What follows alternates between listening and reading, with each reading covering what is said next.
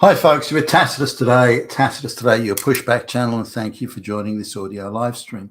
In this essay, I'd like to talk about the issue of having women, not necessarily in the workforce, but women in supervisory or managerial roles in the commercial sector. And you could also add into that, I suppose, any sector, the government sector, but particularly in areas where there supposedly is at least some sort of commercial competition. Now, there was a friend or former colleague, actually. We were having a chat recently, and he's been made redundant or retrenched. The company's sort of closed down, and they're moving to a Singapore office and doing a lot of business online. And he's kind of been laid off, and he didn't want to go to Singapore, so he's a pretty good guy. He's a smart guy. I've worked with him before. I can vouch for that. He's hardworking, diligent, bright, does a good job. So, it would be any company would do well by hiring this guy. And he's in the technology type space. But he'd mentioned that he was looking around, and I gave him a couple of little things to do. But, we don't have a role for someone like that here. But I wished him well and said that I'd go as a reference for him if he needed it. And not that I thought he would. He's an impressive guy.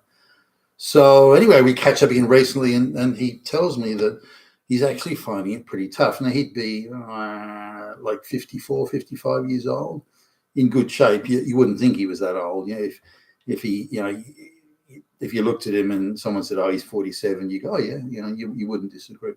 So what was interesting more than anything was that out of all the potential bosses he would report to, assuming he got the job at any of these, and he's been for quite a few from the sound of it, interviews he went to, he said every single one, not one of the people he would report to or be his boss was a straight white male. Not one. And this is fucking Australia, for Christ's sakes. So a decent number of the bosses will be women, and he's talked to them, and they're hopelessly underqualified. They shouldn't be anywhere near a job at that level, but they are. Or Chinese bosses that could barely speak a word of English, or Indian bosses who were gloating and going crazy over the power of I can tell white men what to do, and all this sort of stuff. He's saying he hasn't met a single serious manager or that would be his boss. Now he's a VP level sort of guy, so we're talking the CEO or the EVP or someone like that is where he's been reporting in. So theoretically, those people should be, given the bucks they're pulling down, should be at least in the upper 10%. But he according to his feedback, which I don't doubt for a second, by the way, he's dealing with people that are and definitely in the bottom half of the draw, and possibly lower than that based on what he's saying. So this is very concerning, because because typically, incompetent people don't hire competent people. That's typically how it goes.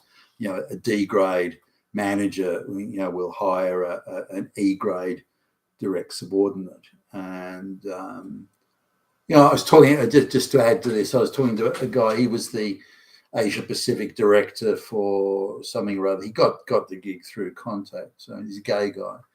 And again, kind of a diversity hire, but they needed a deputy Asia Pacific manager because he had to do something else or had to take on some sort of added responsibility.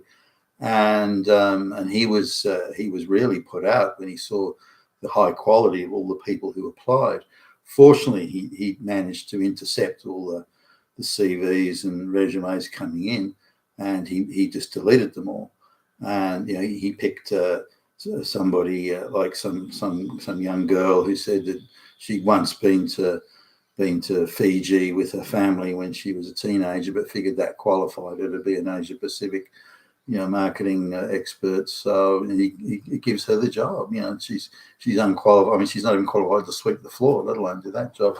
But he didn't want a threat, and he was very underqualified himself. It's a real danger when you hire D grade managers, because they'll hire E and F grade employees. and so the whole organisation suffers as a consequence.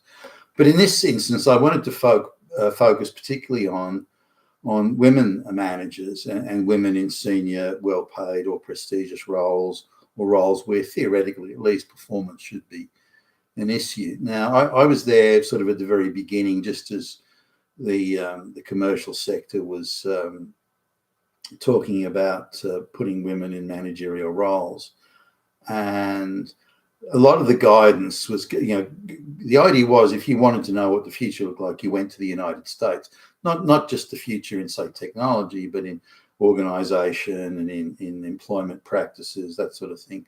So companies in Australia had this annoying habit back in the day of sending people to the United States to have a look at, well, what are they doing there? And then there was rather just a slavish thing, well, whatever they're doing there, we'll do here. And so they'd come back from the US and say, well, they're putting women in managerial roles, therefore we have to do it as well.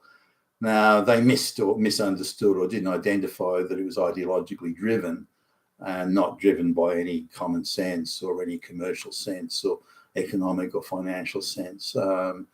So at that time, I was given a gig to, or I was moved, somebody was off on long service holidays, and so I got stuck in the or personnel, as they called it back in the day, but the human resource department. And the CEO, whoever it was, came around to where I was sitting and said, look, the trainee managers, cadet trainees, that was what they called them back in the day, we've got a number of women and I want you to pass all of them. Now, I just thought he meant that I should not mark them hard, and I should, if they got 47% in the exam, that I should give them 50 or so. I thought that's what he meant, or that I should cut them a bit of slack. And so if you haven't finished it on the appointed day, I'll give you another day. And when I did that, so it was due in on the Thursday, for example, and most of them either hadn't handed in, or the work they had, the women, the work they handed in was so bad that I couldn't even grade it. It was that bad. So I gave it back to them. I went to the ones and said, look, you haven't put it in, but I'll give you till close of business tomorrow, which was Friday. And gave the rubbish ones, I gave back to them and said, look, you need to do this again. I even marked out, well, this is where you really need to put the emphasis on the work that you do. And I can't remember if even any of the ones that hadn't handed it in on Thursday even bothered by the Friday. So bearing in mind that the CEO was breathing down my neck, I said to him, look, I'll give you till Monday. So you got the whole weekend to do it. And now the men who handed all their work in on time and did good quality work, they came complaining to me and said, look, why we busted our ass to do that? Why are they getting a free pass? And, what could I say? Well, that's the boss just wants it. That's just how it is.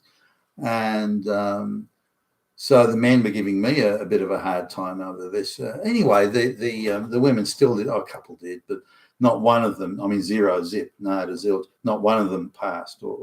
So ones that had handed it in that even had like were better than 25% or something, I kind of flunked them under any other circumstances. I passed them. So not all of them passed. So out of I don't know, I can't remember how many there was. Say out of 10, for example, I passed 3 of them. And within an hour, the CEO was back in the doorway, veins sticking out, eyes bulging, red in the face. I told you to. So I explained to him, said, I'm not defying you. They just didn't even hand the paper in. They didn't do anything. I don't care. You'll pass. And that was it. So he's screaming and shouting at me, threatening that if I didn't do it, he'd fire me on the spot and this sort of thing. And being a young guy, I was like, oh, okay, all right, boss, whatever you want. So I just passed all of it. So that was one of my first experiences with that. But even going back earlier than that, the idea that, and I struggled to come to grips with this, the idea was, even as I was coming to the end of high school, was that to give girls, the outcomes must be equal. Girls must come first in as many subjects as the boys do. And if the girls can't come first by merit, we'll just lower the bar, or we'll just give them a fake grade, or give them it's pretty much same as that guy did for the tests for the trainees in that company. So girls in this case, high school, were being given passes and given prizes and given all sorts of things that they hadn't earned. And as a kid, I thought, well, that's crazy. Why would any society, elevate and promote and reward and laud people who haven't done the work, who haven't achieved, or who haven't bothered, or who don't give a shit? Why would you do that? Because that's going to diminish and devalue any society, which indeed it does. Now, fast forward a few more years, and I'm like an EVP, and the board of directors is beating me up because they say there's not enough women in the highly or the well-paid positions. Now, other than the senior executive roles, the well-paid positions really the senior executive or very performance-based roles, such as technical sales representatives, that sort of thing, where there's like a bonus structure or some sort of a commission or profit share or things like that. So that's where they sort of made the serious dollars. And these guys were well paid. It was all male. It was all men. And so I was heavied into putting women into the roles. Now, why do women behave different? Now, there was no shortage of women who wanted those jobs, by the way. And I was getting pestered from the other end as well. Women said, can I have one of those jobs? They're well paid and they're prestigious, and everyone will call me, everyone will treat me with respect. And so you try and explain to these women back in the day, okay, well, all right then, but this requires that you work. You have to do the job. It's not like the job you're in now where you can, there's no performance. There's not much in the way of objective measuring criteria. If you're sick or you don't do it or you don't finish or you do a half-assed job, it's sort of not, there's not a whole lot of penalties attached to that. But in this job that you want, if you fuck up and don't make the numbers, then you're out. It's not a doll's house or a sandpit. And really, most of the jobs for women were just daycare jobs, doll's house jobs, kindergarten kids playing in a sandpit. The women were never judged anywhere near as harshly as the men were, who were doing the same or similar jobs. So they pestered me, and the board was pestering me, and so I knew I wasn't going to have any peace until at least I conceded a couple of things. So I appointed a couple of women to senior, or few actually, probably 3 or 4 to senior roles. And you see straight as the manager responsible, or the EVP, the sales manager and other people reporting into me, but as the executive manager responsible, you see straight away pretty much what a bad move it is. Now, it's not necessarily an inability thing. And I'd say to these young women, 30 years old, whatever, I say, okay, look, if you're not quite there, we'll help you do it. We'll help you with training. We'll help you with technical knowledge. We'll do what we can to ensure you're successful. Now you're in the job, I might as well put all my efforts into making you successful rather than not bothering or leaving you to wallow in the swim in the deep end or something like that. So, but I found that when we put on classes so they could do technical, like get one of the technical guys to stay back for an hour, which he wasn't getting paid for, and to go through technically how the products worked and so on. And the girls just couldn't be bothered to turn up. And if they did turn up, it was, they just draw doodles on a pad or something like that. They wouldn't take any notice. If you asked them the next day, how did you go with, that hour with Steve last night and talking about, so you understand about this and how that works with that, and then we just get blank stares in return. So even if they did go, which they only did sort of occasionally, so there just wasn't the effort, there wasn't the commitment. Now we'll talk about how responsibility avoidance works with these women. And I wouldn't say universal, but it's close to it. So the sales director, was off on leave or something like that, wherever he was. And so I was filling the void of this time. So I'd say to the girl, look, you've got a job to do here. I want you to do this and this. And okay, all right, then come back to me when you've done. So, the hours would go by, then I'd come around and say, okay, well, you haven't come back to me. Well, I couldn't do anything because I had a question. Well, what question? I forgot. I've forgotten it. You're making me nervous. You're making me nervous. I've forgotten the question. Oh, give me some. I can't breathe. Give me some space. No. What was the question? Oh, I can't remember. I can't remember. And then they fake it. They're about to start crying, and there's other people around, and you don't want the drama. So okay, all right then. Well, have you done anything? Oh well, I had to ask you a question, and I couldn't do anything until I'd asked. All right, but you can't remember what that question was. Well, I've been around here all day. Why didn't you come? Oh, I did, but you were in a meeting and you were on the phone. You could have come to the doorway of my office and waved, or you could have sent me an internal message. Oh, I was too busy. What? Too busy? What do you mean? You haven't done anything.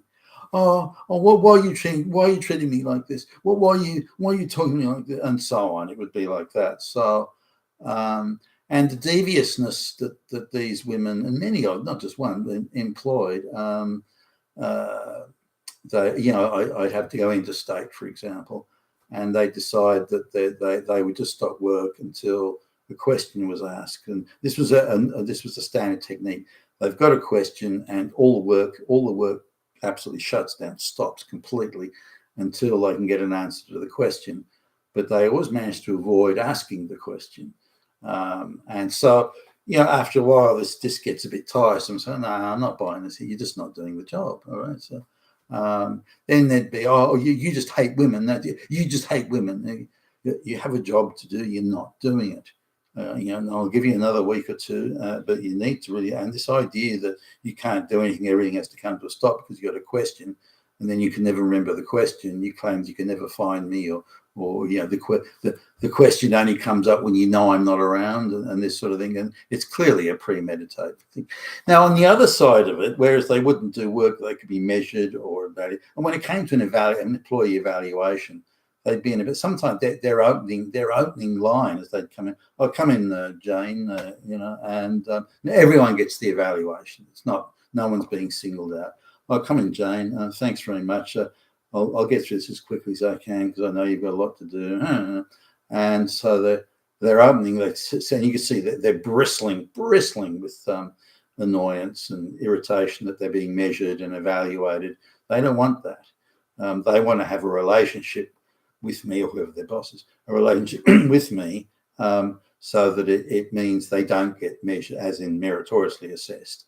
That I like you, Jane, so I'll just tick all the 10 out of 10 boxes here. No. You're getting evaluated the same as everyone else. Oh, but why? Why? And they were at the point where they said, well, it's okay if men get evaluated on a merit basis, but I don't want to. Why do women have to be evaluated or assessed or measured on a meritorious basis?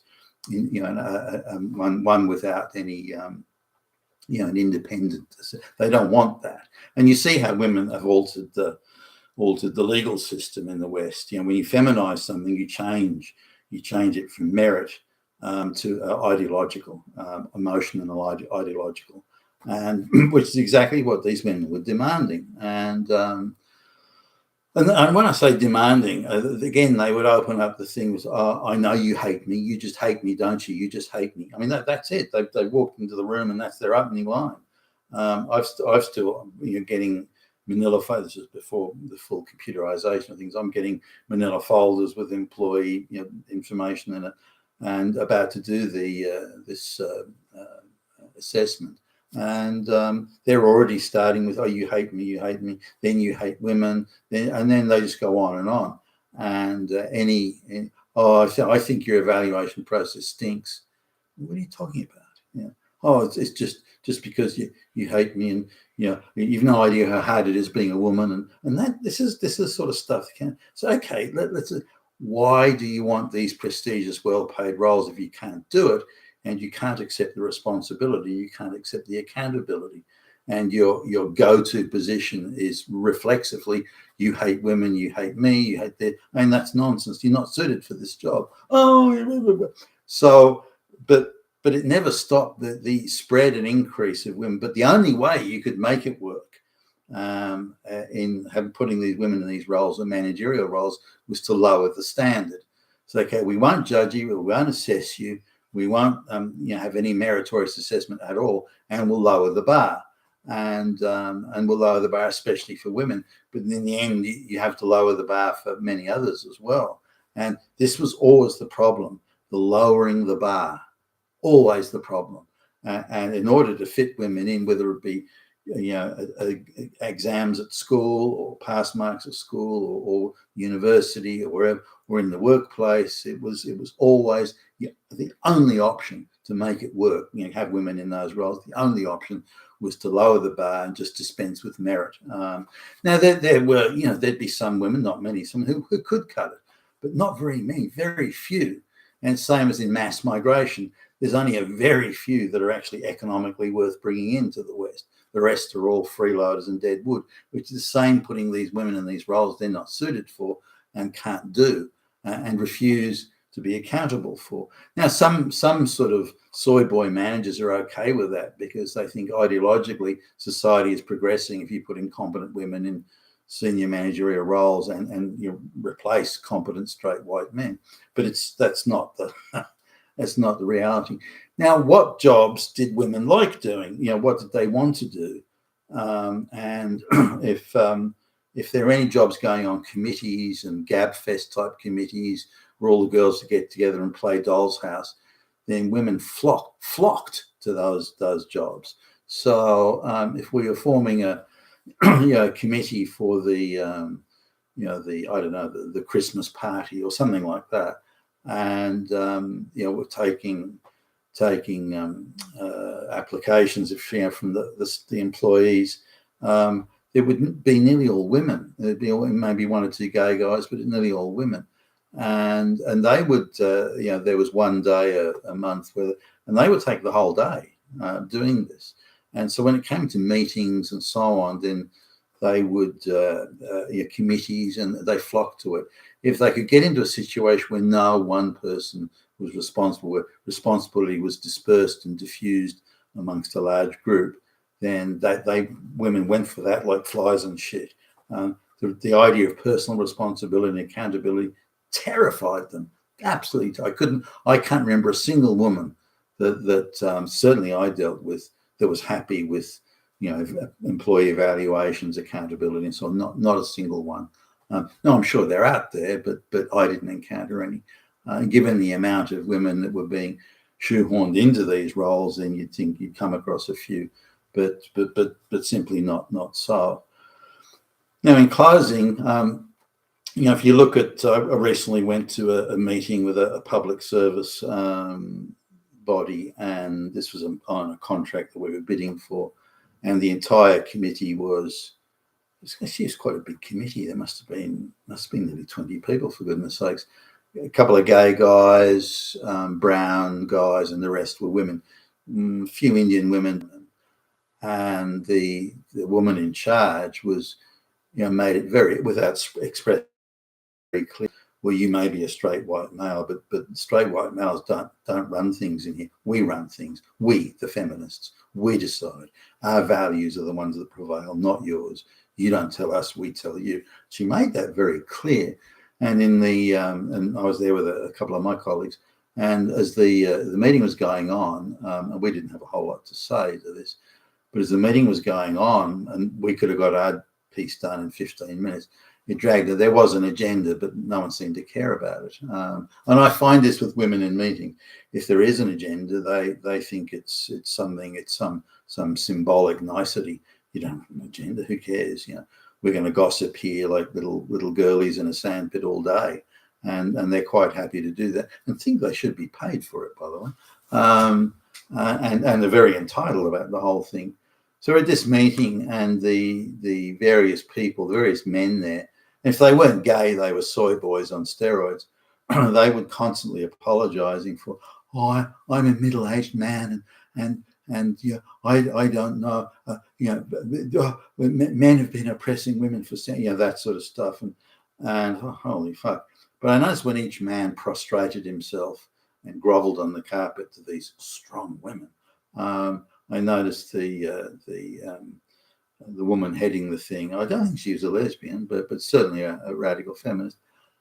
She looked over at me to see my, just watching my reaction to all these groveling soy boy men.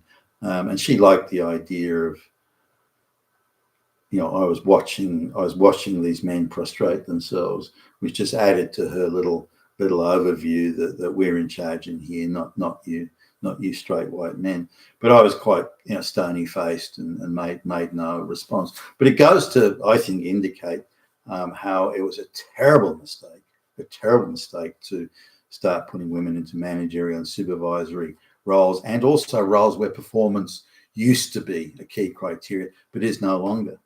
Being with Tacitus today, your Pushback channel. Thank you for listening.